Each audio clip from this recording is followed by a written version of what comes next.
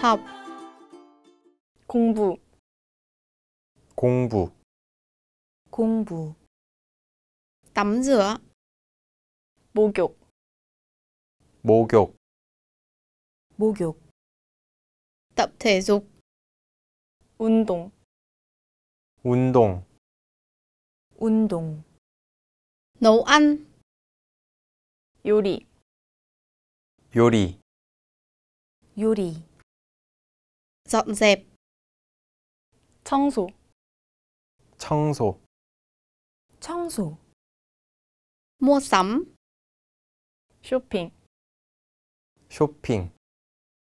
shopping. 안녕하세요. Xin chào các bạn. Chào mừng các bạn đến với lớp học tiếng Hàn siêu vỡ lòng của Seoul School. 저는 Yuna예요. Chào các bạn. Yuna thì muốn giới thiệu cho các bạn một cái này trước khi vào bài học là cái gì? Các bạn có thấy một cái hình rất là đẹp ở đây đúng không? Tiếng Hàn siêu vỡ lòng.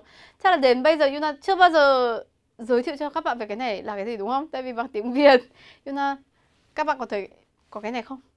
Các bạn có thấy một cái hoa rất là đẹp ở trong tiếng Hàn siêu vỡ lòng đúng không? Các bạn có biết cái này là hoa gì không? Hoa này là 무궁화. 무궁화. 무궁화 này là quốc hoa của Hàn Quốc. Thế nên là đã cho vào đây. Thế nên là có thể hình dung ra đây là lớp học tiếng Hàn vì có hình quốc kỳ của Hàn Quốc này, có cả quốc hoa của Hàn Quốc. Có biết quốc hoa tiếng Hàn là gì không? Quốc hoa. Nghe gần rất là giống đúng không? Quốc hoa, quốc hoa. Đó, thế nên là khi mà các bạn học tiếng Việt thì sẽ có một cái điểm rất là giống hoặc là rất là gần gũi so với Việt Nam. Thậm chí người Hàn Quốc cũng cảm thấy như thế đấy. Khi mà người Hàn Quốc học tiếng Việt ý, người Hàn Quốc cũng cảm thấy wow, tiếng Việt rất là gần gũi. Hoặc là khi mà biết đến từng văn hóa của Việt Nam ấy thì nhiều người ngạc nhiên rằng là wow, ở Việt Nam cũng có nhiều văn hóa rất là giống với Hàn Quốc. Hoặc là có những điểm này thì giống nhưng mà lại có những điểm rất là mới mẻ, đặc biệt. Thế nên là rất là thú vị. Các bạn có thấy thú vị không? Yuna thì rất là hứng thú và thú vị. Thế nên là các bạn, Yuna thì rất mong rằng là các bạn khi mà học tiếng Hàn có thể biết được đến nhiều văn hóa của Hàn Quốc này. Và đồng thời là có thể học được các câu của tiếng Hàn để có thể nói chuyện với người Hàn Quốc rất là thoải mái và tự nhiên. Ok, thế thì fighting, hãy sẵn sàng, hãy cố lên nhé. Cố lên, fighting. Rồi, thế thì hôm nay bắt đầu 시작 của bài hôm nay. Hôm nay thì học sẽ, mình đã học thì hiện tại, thì quá khứ, thì còn cái gì ạ? Tương lai. Thì Yuna đã chuẩn bị sẽ làm cái gì đó với thì tương lai.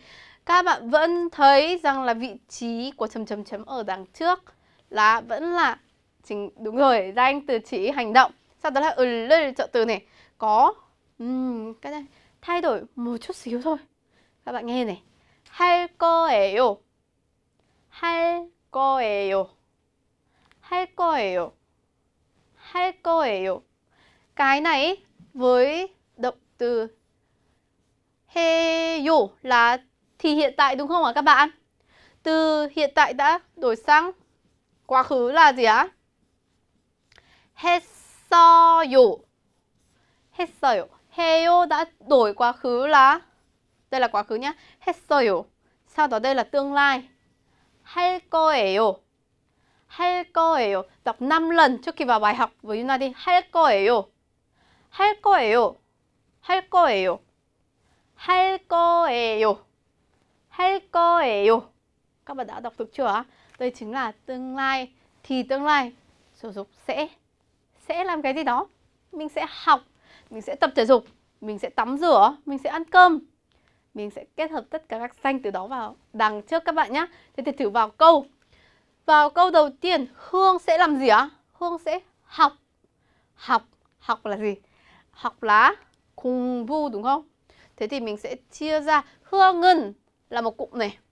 공부를 một cụm này. Cụm rất là quan trọng của ngày hôm nay. 할 거예요. 할 거예요. Các bạn phải đọc theo nhé, không được chỉ nghe. Không phải nghe không là 할 거예요. 할 거예요. 공부를 할 거예요. 공부를 할 거예요. Cái này là 거 đúng không? Viết là 거 nhưng mà phát âm thì là 할 거예요. Tại vì đọc nối thì sẽ tự nhiên đọc mạnh hơn một chút xíu. Thế nên đọc là 할 거예요. 한 번 더. 할 거예요. làm cái gì á? 공부를 할 거예요. 할 거예요. Với bài hôm trước thì mình đã nói là chưa học đúng không? 공부를 안 했어요 đúng không? Sau đấy thì mình sẽ nói là mình sẽ học. Mình thì chưa học nhưng mà mình sẽ học. 공부를 할 거예요. 공부를 할 거예요. Yuna hay nói với các mẹ như thế. Mẹ bảo là tại sao con không học? Má vẫn chưa học à? Chị bảo là 할 거예요. 할 거예요. Có rất nhiều các bạn có thể đã nói như thế. Con sẽ học mà. Rồi thôi, con biết rồi à, con sẽ học. 할 거예요.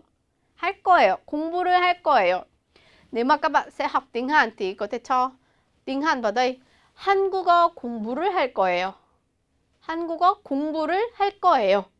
Ở Việt Nam thì thêm tiếng Hàn vào đằng sau đúng không? Nhưng mà tiếng Hàn thì lại cho vào đây, ở đằng trước, tiếng Hàn vào đây. Thế nên nói là 한국어 공부를 할 거예요. Các bạn chỉ cần nhớ cái cụm này. Cụm này là quan trọng nhất. 할 거예요. đọc 5 tuần, 5 lần với Yuna này. 하나, 할 거예요. 둘, 할 거예요. 셋, 빨리 할 거예요. 넷, 할 거예요. 5, 할 거예요. Ok không các bạn? Thế nên là mình có 받침 là 리을 ở đây nhá. 할 거예요. Thế thì ngoài học ra tắm rửa. Tắm rửa là gì? Các bạn nhớ mà, các bạn nhớ hai từ. Hai từ, một là gì? Shower. Shower là lấy từ tiếng Anh. Ngoài ra có từ gì? Có từ gì á? Ok, cái này là từ tiếng Anh các bạn quá dễ để nhớ rồi. Thì mình sẽ lấy từ này. 목욕.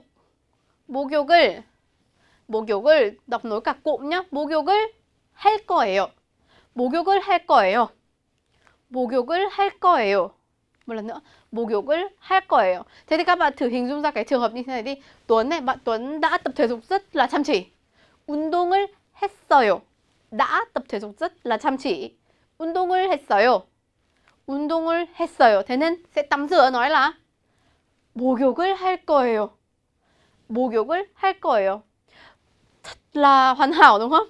Mình đã nói được cả thì quá khứ này, sau đó là thì tương lai.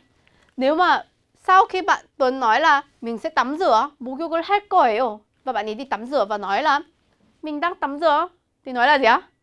목욕을 해요. 목욕을 해요. Thế là mình có thể nói được rất là chính xác và cụ thể.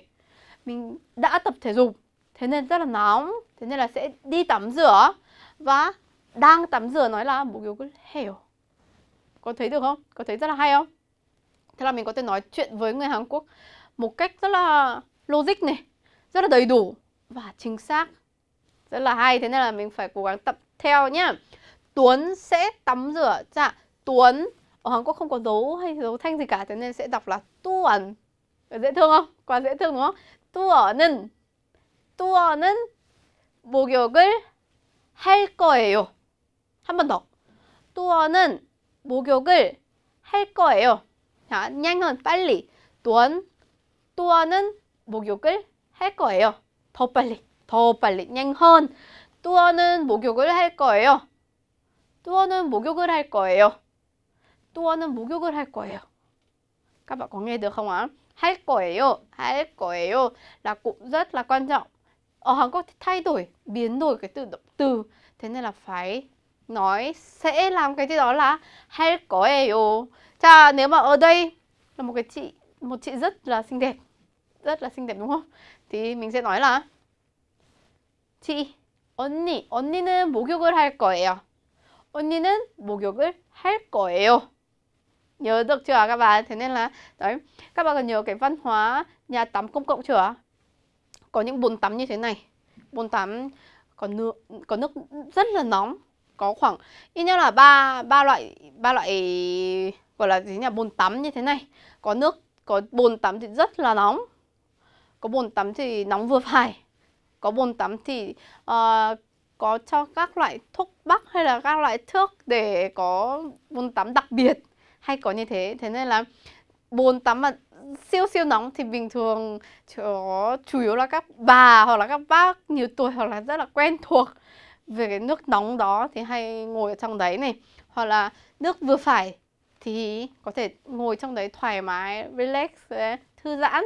Nếu mà có bạn nào mà quan tâm đến da này, hoặc là muốn cho nhiều dinh dưỡng vào cơ thể thì có thể vào cái bồn tắm thuốc bắc hoặc là bồn tắm đặc biệt đó. Ngoài ra, ngoài bồn tắm nước nóng ra nhé, có cả bồn tắm nước lạnh. Lạnh, siêu lạnh. Khoảng 15 độ, 18 độ gì đó. Siêu lạnh. Có rất nhiều người nhá, sau khi tắm rửa nóng xong, sau khi chị ghét Temiri có nhớ không? Temiri xong thì ra bồn tắm lấy nước lạnh cho lên người.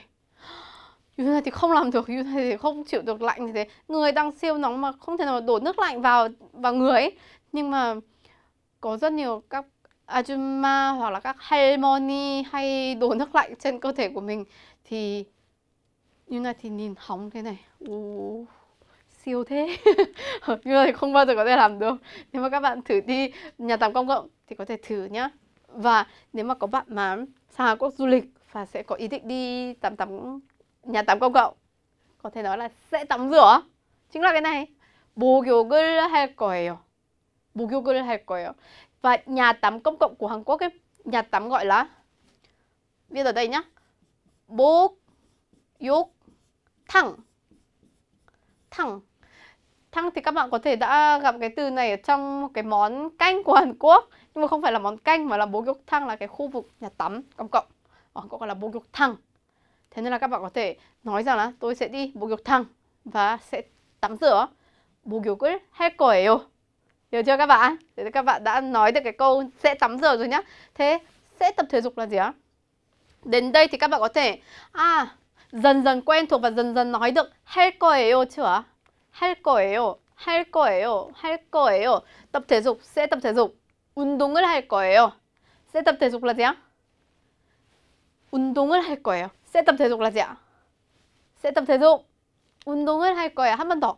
운동을 할 거예요. sẽ tập thể dục là gì ạ? ba lần với Yuna này. sẽ tập thể dục. sẽ tập thể dục. sẽ tập thể dục. Ok, thế tôi sẽ tập thể dục. Quá dễ dàng. 저는 운동을 할 거예요. 저는 운동을 할 거예요.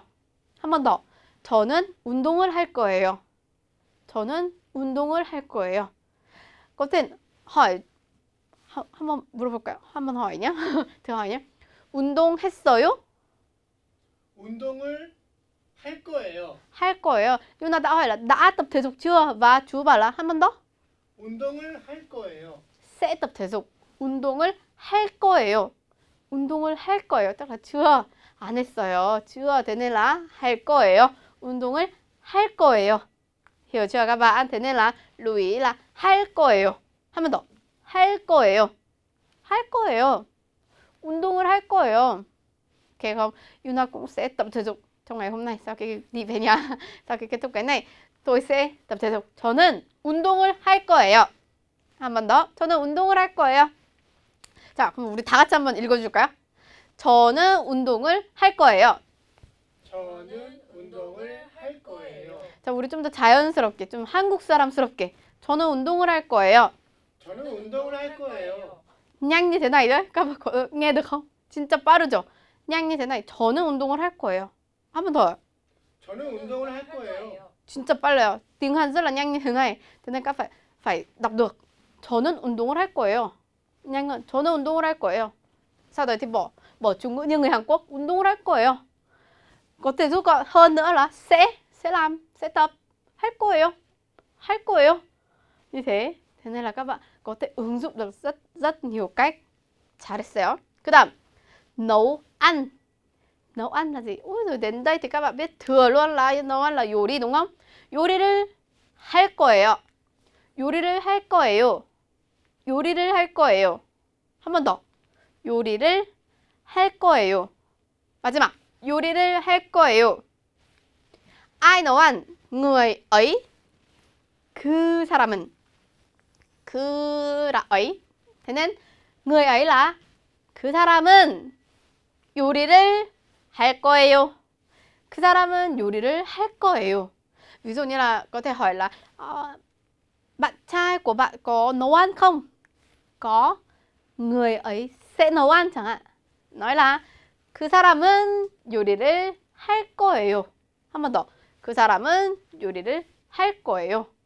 Hoặc là bạn đã học cách nấu ăn rồi. Bạn đã học nấu ăn.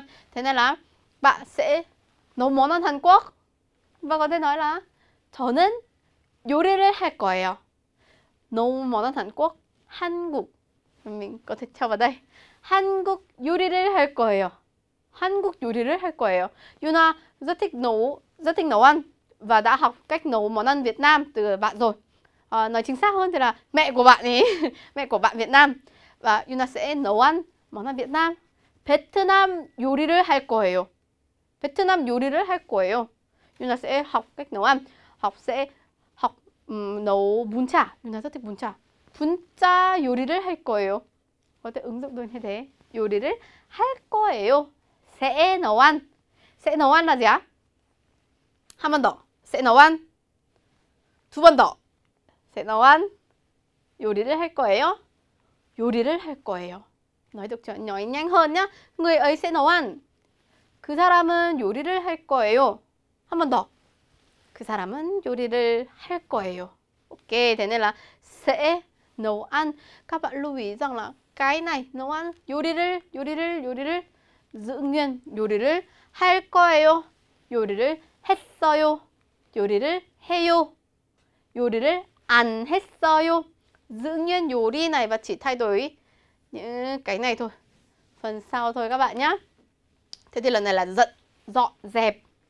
Dọn dẹp mình đã học rồi nhưng mà chưa ứng dụng, chưa ôn tập lại nhiều lần đúng không? Dọn dẹp là gì nhỉ? 청소. 한 번 더. 청소. 청소를 nhìn cái môi của Yuna. 청소. nhìn có buồn cười không? 청소를 할 거예요. 청소를 할 거예요. 청소를 할 거예요. 청소를 할. Nếu mà các bạn không đọc được cái chữ này thì chỉ đọc cái chữ này thôi. 할. Giống như là 할머니. 할. Những phần nào mà các bạn không đọc được nhá, chỉ cần tập trung cái đấy thôi. Giết nó vào. Làm sao mà mình có thể phá vỡ nó và mình có thể tạo cái đó thành của mình. Nếu mà không đọc được 할 mà đọc là 한 거예요. 안 돼요. Không được 한 거예요. 할 거예요. 할 거예요. Bạn sẽ nói được 할 거예요. 할 거예요. 할 거예요. Đọc đi đọc lại. Chắc chắn là sẽ có lúc mà bạn đọc được cái lưỡi của mình rất là mềm mại như con rắn. Thế nên nói được là sẽ dọn dẹp là gì á? 청소를 할 거예요. 한 번 더. 청소를 할 거예요. 청소를 할 거예요. 할 거예요. Tự dưng cái phát âm của Yuna sai. 청소 cứ tập trung xô vào nên là đọc là 할 거예요. Một lần nữa nhé. 청소를 할 거예요. Đây rất là chính xác. chính xác như thế này. 청소를 할 거예요. 청소를 할 거예요. 자, sẽ dọn dẹp là gì á? Sẽ dọn dẹp. Thế việc dọn dẹp là gì? 청소. Việc dọn dẹp là gì? 청소. sẽ dọn dẹp là gì á? 청소를 할 거예요. 그렇죠. Ai ạ? Người này sẽ dọn dẹp. Chỉ người này và nói là người này sẽ dọn dẹp. 이 사람은 청소를 할 거예요. 한 번 더. 이 사람은 청소를 할 거예요. Nói được chưa ạ? Thế nói đơn giản đi. Nếu mà biết tên của người này là xưng hô chẳng hạn. Đây là xưng hô. Thì đọc là gì? Thế thì chỉ cần cho vào đây thôi. xưng hô는 청소를 할 거예요. Mình có thể ứng dụng được rất là nhiều tên vào đây đúng không? 청소를 할 거예요. Yuna thì nếu mà mẹ hỏi Yuna rằng là con chưa dọn dẹp à? Vẫn chưa xong à? Thì Yuna nói gì? 오빠는 청소를 할 거예요. anh trai sẽ dọn dẹp. 오빠는 청소를 할 거예요. Anh nói như thế. Thế nên là về sau lại cãi nhau với anh đấy không? Thế nói là 오빠는 청소를 할 거예요.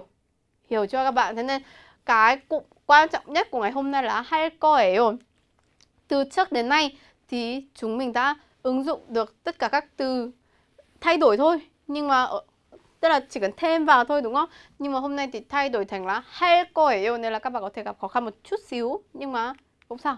Tại vì các từ đằng trước thì mình vẫn giữ nguyên. Ví dụ như là mua sắm, shopping vẫn giữ nguyên. Thế sẽ mua sắm là gì ạ? 쇼핑을 할 거예요. sẽ mua sắm là gì ạ? sẽ mua sắm 3 lần. 3 lần. sẽ mua sắm. sẽ mua sắm. sẽ mua sắm. Yuna không phải đếm nhanh đâu, mà là các bạn nên đọc nhanh hơn. 더 빨리. 쇼핑을 할 거예요. 쇼핑을 할 거예요. 쇼핑을 할 거예요. sẽ mua sắm là gì ạ? sẽ mua sắm. Đã đọc được 5 lần rất là nhanh đấy. 하니. 하니는 sẽ mua sắm. 하니 sẽ mua sắm. 하니는 쇼핑을 할 거예요. 자, đọc 2 lần thôi. 하니 sẽ mua sắm là gì ạ? 하니 sẽ mua sắm. Rất tốt. Các bạn đọc càng nhiều, càng đọc nhanh hơn và đọc chính xác hơn. Thế nên là các bạn hãy nghỉ ngơi một chút xíu, uống nước này, nghỉ ngơi, làm cho thư giãn cái lưỡi của mình đã. Sau đấy thì tập đọc lại 할 거예요. Chỉ còn một cụm từ các bạn quan trọng thôi. 할 거예요. 할 거예요. Yuna sẽ hỏi lại các bạn nhé. Thế các bạn đã tập đọc 할 거예요 đã mấy lần rồi ạ? Các bạn có đếm không? Hay là không tập? Hay là lại nói với Yuna rằng là Yuna sẽ học 할 거예요. Không được họ ứng dụng như thế nhé. Phải tập đọc. Tập đọc càng nhiều lần. Tập đọc càng nhiều lần, càng nói giỏi. Có thể là thậm chí nói giỏi hơn cả Yuna. Thì kết hợp luôn. Hỏi luôn nhá. sẽ mua sắm là gì ạ? sẽ mua sắm. sẽ mua sắm. Mua sắm tiếng Anh là 쇼핑을 할 거예요. 쇼핑을 할 거예요. Trước khi Yuna hỏi 2 lần thì các bạn phải trả lời được luôn rồi nhá. Nếu mà Yuna hỏi 2 lần thì các bạn phải trả lời được 3 lần, 4 lần. Rất là nhanh. 쇼핑을 할 거예요. 쇼핑을 할 거예요. Ok chưa các bạn? Sẽ học. Sẽ học là gì? Đúng rồi, là cái gì ạ? Hay chưa trả lời? 할 거예요. 공부를 할 거예요. 공부를 할 거예요. sẽ tập thể dục. 운동을 할 거예요. 한 번 더. 운동을 할 거예요. sẽ nấu ăn. sẽ nấu ăn. Đúng rồi. nấu ăn là 요리를 할 거예요. 요리를 할 거예요. lưu ý phát âm là co này là co. 할 거예요 nhá. sẽ dọn dẹp.